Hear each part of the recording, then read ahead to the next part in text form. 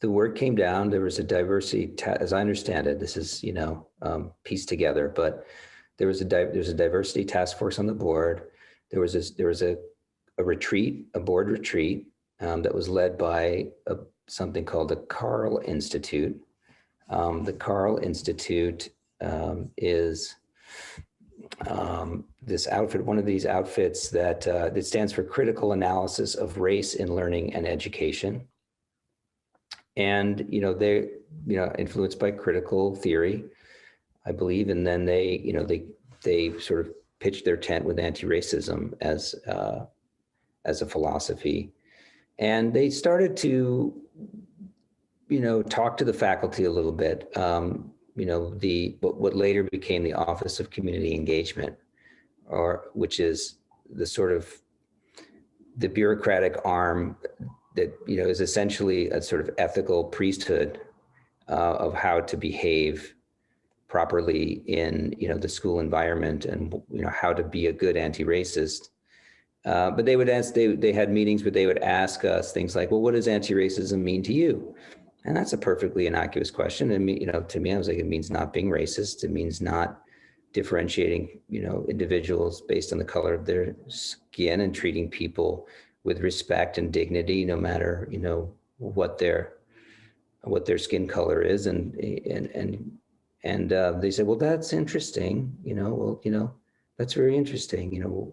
Okay, well, and then they just heard people out, and some people had more, I guess I would say, advanced ideas about, being aware of systemic oppression and understanding different perspectives based on how you might assume a child had been, had developed given their circumstances. And those were rewarded, much more. And those are not bad ideas. We haven't got to the bad stuff yet.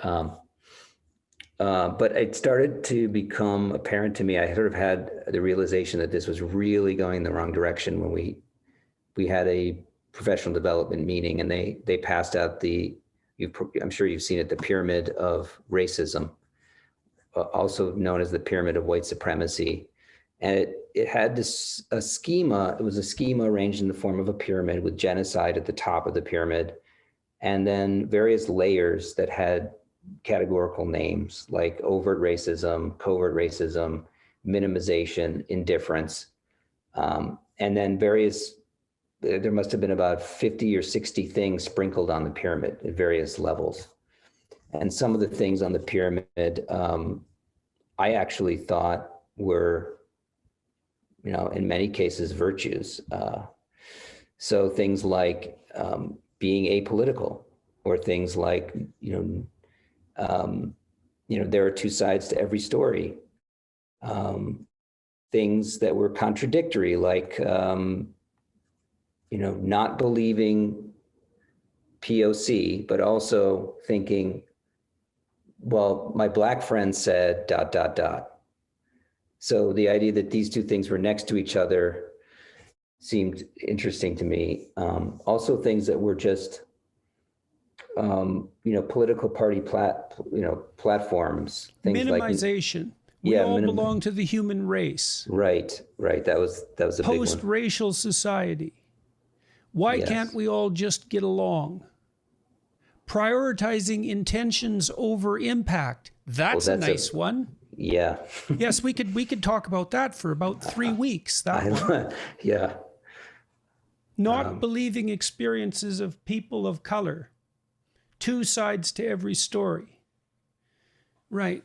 Yeah, well, it's very interesting when you look very carefully at the words that are lumped in with the other words, let's say. Right. Guilt by association. Okay, yeah. So you had this pyramid of white supremacy.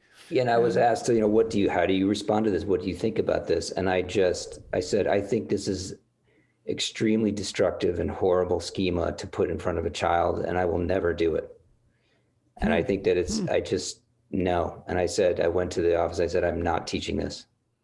And so this was when you were teaching math? Well, I should explain it. At our school, all the teachers have other duties that are really important. Like you have an advisory, and the advisor shepherds, maybe 8 to 10 kids through the for 4 years. So they come to you with problems and you can help them out. You can help them out academically. So this would have been something that I would needed to share with the advisory. And I think they actually. And so you registered your objections. I did. At that point. This is the first time I kind of registered my objection because I felt. Why did you do that? I mean, look what you just told me. Eh? Yeah. Remember what you just told me. You said that at one point in your life you were like dangerously lost. You found your way out through mentoring. That put you into the education field. Then you got a good job that you liked with people you cared for that was meaningful to you, and it structured your life. And then you bought into this anti-racist movement, let's say, but now you decide you're not going to do it. So, like, why? You have a lot at stake at this point, a lot. So why? What's bugging you about this so much? Yeah, I think some things had happened before this where I had spoken to the head of school prior to this and warned him. Because I immediately thought I was just thinking about anti-racism. That should be a good thing? Why does that bother me? And what bothered me was that I knew that racism was a concept that had undergone enormous creep, that the people had very different ideas about what was and wasn't racist. To some, the American flag was racist. Things that were, perhaps innocuous to some would have been considered racist to others. And then how would you adjudicate what you were actually against? And I saw this as a real threat because it would lead to real problems in determining what it was that you should be anti.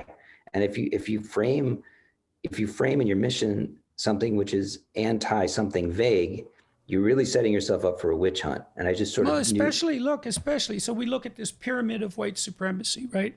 And at the top we have genocide. So it's like the ultimate evil. Okay, so that's what we're talking about. We're talking about the ultimate evil. Okay, so then you might say, well, maybe your definitions matter when you're talking about the ultimate evil. And so maybe being vague about exactly what that evil is, especially if it's convenient for you to be vague, perhaps that's a little bit ill-advised. Perhaps particularly when you're teaching children. Yeah. And I said, well, is this the comprehensive list of things that belong on the pyramid? Are there other things that we don't know that are on the pyramid? And they said, well, there could be. And I said, well, that's nice. So now we have other stuff that's just in the margins that could be thrown onto this pyramid. Who knows what they'll be? Maybe.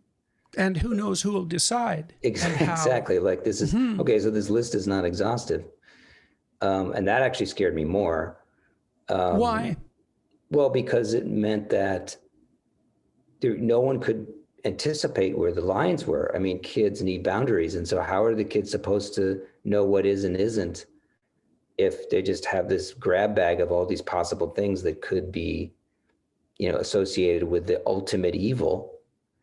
That it just is setting up this whole tripwire situation where they're just, how are they supposed to know how to trust what is and isn't falling into the schema that comes out of their mouth, or they have a thought, or that they want to articulate it? How you're just setting them up for anxiety and tension, and who it means that you're really, and I began to see this in actual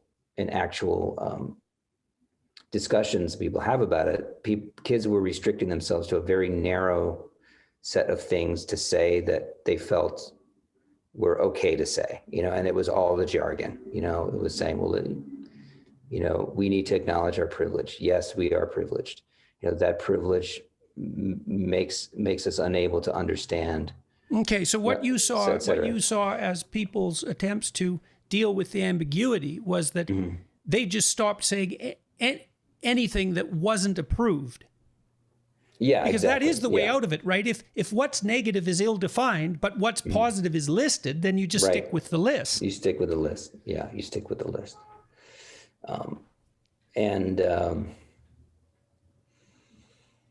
And so then what's there the were, problem with that exactly? So the kids stick with the list. Why is that bothering you?